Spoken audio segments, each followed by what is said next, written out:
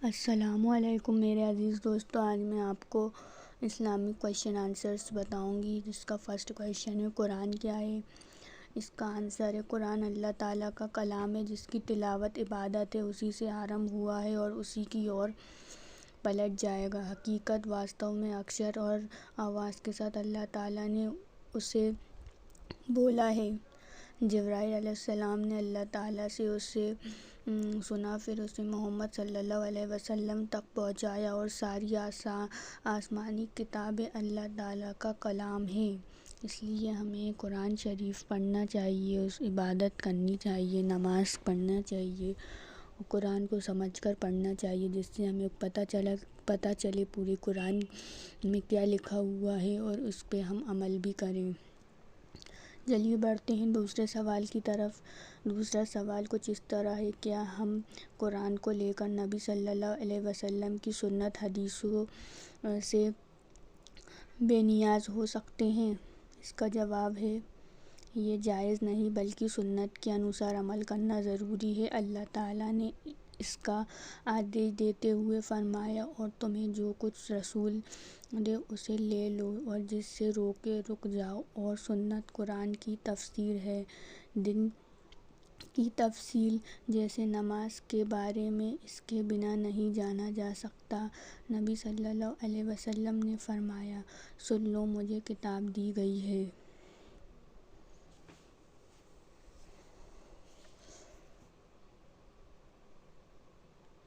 اور اس کے ساتھ اسی جیسی سنت سن لو۔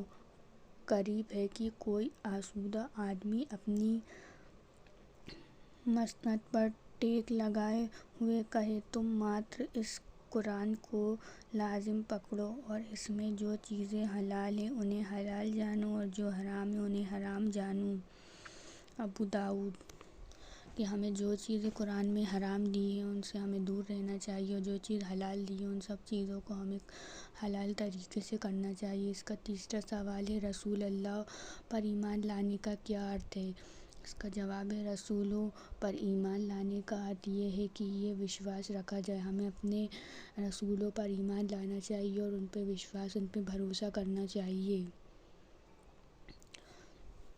یہ سب قرآن میں دیا ہوا ہے کہ اللہ تعالیٰ نے ہر سمدائے میں انہی میں سے ایک رسول ماتر اپنی عبادت کی اور دعوت دینے اور غیروں کی عبادت کو نکارنے کے لیے بھیجا ہے، اور وہ سب سچے، بھلے، عزت والے، نیک، متقی، امین، ہدایت یافتہ اور مارگدرشن ہیں۔ انہوں نے ہم تک دھرم کو پہنچایا، اور وہ اللہ کے سب سے افضل مخلوق ہیں، اور وہ پیدائش سے لے کر موت تک اللہ کے ساتھ شرک کرنے سے پاک ہیں۔ یہ ہم حضرت محمد صلی اللہ علیہ وسلم کی بات کر رہے ہیں، جو کہ اللہ تعالیٰ کے ساتھ تھے ہمیشہ۔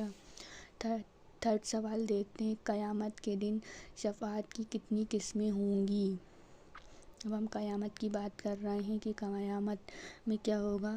شفاعت عظمیٰ ہوگی، جو کہ حشر کے میدان میں ہوگی، بعد اس کے کہ لوگ 50,000 سال تک ٹھہرے رہیں گے، اپنے بیچ فاصلے کے انتظار میں ہوں گے۔ اس سمے محمد صلی اللہ علیہ وسلم اپنے رب کے پاس شفاعت کریں گے کہ لوگوں کے بیچ فیصلہ کر دیا جائے، اور یہاں شفاعت ہمارے نبی محمد صلی اللہ علیہ وسلم کے لیے خاص ہے، اور یہی مقام محسوس ہے جس کا ان سے وعدہ کیا گیا ہے۔ اس کا سیکنڈ دیکھتے ہیں: دوسرے شفاعت ہوگی جنت کا دروازہ کھلوانے کے لیے، اور سب سے پہلے ہمارے نبی محمد صلی اللہ علیہ وسلم جنت کا دروازہ کھولیں گے۔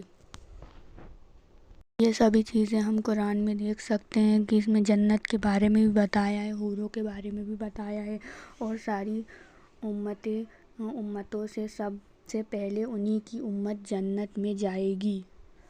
اس کا تھرڈ پوائنٹ دیکھتے ہیں: کچھ توحید پرستوں کے بارے میں شفاعت، جن کے جہنم میں جانے کا آدیش ہو گیا ہوگا، کہ انہیں جہنم میں نہ بھیجا جائے۔ اس کا فورتھ پوائنٹ دیکھتے ہیں: توحید پرستوں میں سے اپنے گناہوں کے کارن جو جہنم میں ڈالے گئے ہوں گے، انہیں جہنم سے نکالنے کی شفاعت۔ اس میں سے کچھ لوگ جہنمی بھی ہوں گے جو کہ جہنم میں جائیں گے جنہوں نے برے کام کیے ہوں گے، اور کچھ لوگ جنت میں جائیں گے۔ اب ہم اس کا 5 پوائنٹ دیکھتے ہیں۔ کچھ جنتیوں کے درجے بلند کرنے کے لیے شفاعت آخری دن ہمارے نبی کے لیے خاص نہیں ہے، لیکن وہ دوسروں پر منعکس ہوگی، اور اس صف میں آپ کے بعد دوسرے نبی، فرشتوں، نیک لوگ اور شہید لوگ ہوں گے۔ اس کا 6 پوائنٹ دیکھتے ہیں۔ کچھ لوگوں کے بنا حساب لیے جنت میں داخل کیے جانے کی شفاعت ہے کہ جن سے حساب نہیں لیا جائے گا اور وہ ڈائریکٹ جنت میں چلے جائیں گے۔ اس کا 7 پوائنٹ، کچھ کافروں کے عذاب میں کمی کرنے کے لیے شفاعت، اور یہ ہمارے نبی کے لیے خاص ہوگی۔ وہ اپنے چچا ابو طالب کے عذاب میں کمی کے لیے شفاعت کریں گے۔ یہ میں نے آپ لوگوں کو کچھ قسمیں بتا دی ہیں جو کہ جہنم اور جنت کی ہوں گی۔ آپ سبھی لوگ اس کو اچھے سے پڑھیے، دھیان سے۔ اگر آپ کو میری ویڈیو پسند آئے پلیز میرے چینل کو ضرور سبسکرائب کریے اور بیل آئیکن کا بٹن دبانا مت بھولیے۔ میرے ویڈیو کو زیادہ سے زیادہ لائک کریے، شیئر کریے۔ ملتے ہیں نیکسٹ ویڈیو میں۔ شکریہ۔